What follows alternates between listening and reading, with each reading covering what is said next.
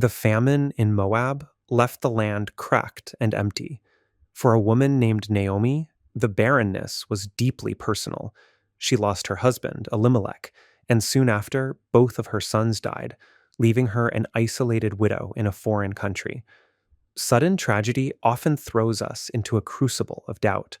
We experience intense cognitive dissonance, the severe psychological distress of holding two conflicting realities at once, like knowing God is inherently good, but feeling profoundly punished and abandoned. When someone is carrying that kind of crushing emotional cross, well-meaning religious platitudes fall flat.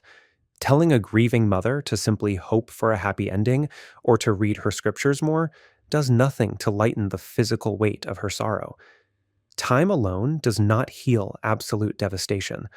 Resolving deep tragedy requires someone willing to make a radical physical intervention of love. Ruth, Naomi's Moabite daughter-in-law, had the option to return to the safety of her own family. Instead, she chose poverty, rejecting the security of her homeland to follow her destitute mother-in-law into the unknown. She engaged in what we might call participatory atonement. This is the sacred act of stepping directly into the trenches of another person's pain, placing your hands on their cross to actively help them carry the weight. Standing in total darkness and uncertainty, Ruth made a profound choice to repose her faith in a covenant relationship. She vowed to Naomi, "Whither thou goest, I will go," binding her own survival entirely to her grieving mother-in-law. True redemption does not begin at the moment pain is magically erased. It begins the very second a person willingly chooses to mourn with those that mourn. Leaving the barrenness of Moab behind, the two widows arrived in the active golden harvest season of Judah. The ancient town of Bethlehem offered the ancestral setting they needed to attempt survival. To keep them from starving, Ruth performed grueling physical labor under the hot sun. She survived by gleaning, the ancient agricultural practice of allowing the poor to walk behind the harvesters to gather leftover, dropped scraps of grain. From across the field, a wealthy landowner named Boaz noticed her. He watched her relentless labor and was deeply moved by the sacrificial loyalty she demonstrated toward Naomi. They found themselves in a state of strict interdependence. Interdependence is a condition where two parties mutually rely on each other for completion. Boaz had vast wealth but lacked a legacy, while Ruth possessed fierce loyalty but desperately required a redeemer to survive. Divine salvation operates on this same collaborative logic. It is a mutual rescue operation, requiring us to rely entirely on each other. Seeking a permanent solution, Naomi instructed Ruth to approach Boaz at night. It was an act of extreme social and physical vulnerability for a foreign widow. The meeting took place at the threshing floor.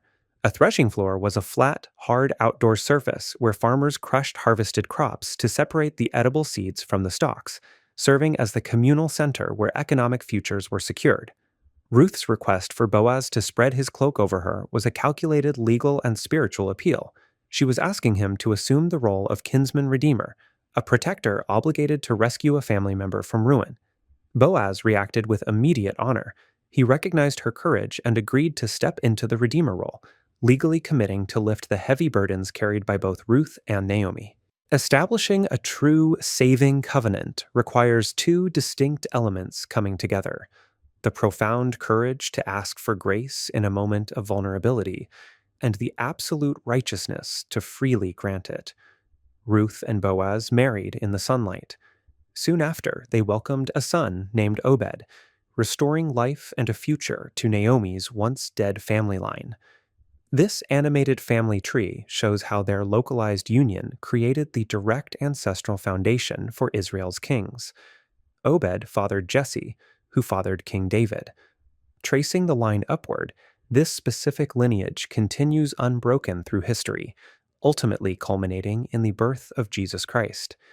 A destitute Gentile outsider became the literal keystone of the Messianic line. God consistently uses eternal covenants to graft the broken, the grieving, and the outsider directly into the very center of his redemptive history.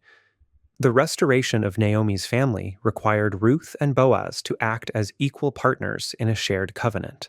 This dynamic reflects a core principle of the new and everlasting covenant: the idea that the fullest measure of spiritual progression is reached through the joint efforts of men and women. Ruth and Boaz stand as an earthly model of this interdependence.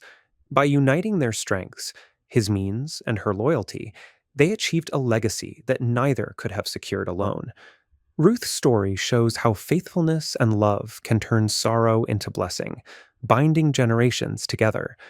When we choose to step into the trenches and carry each other's burdens, we are participating in the same redemptive work that turned a barren field in Moab into the ancestral home of the Messiah.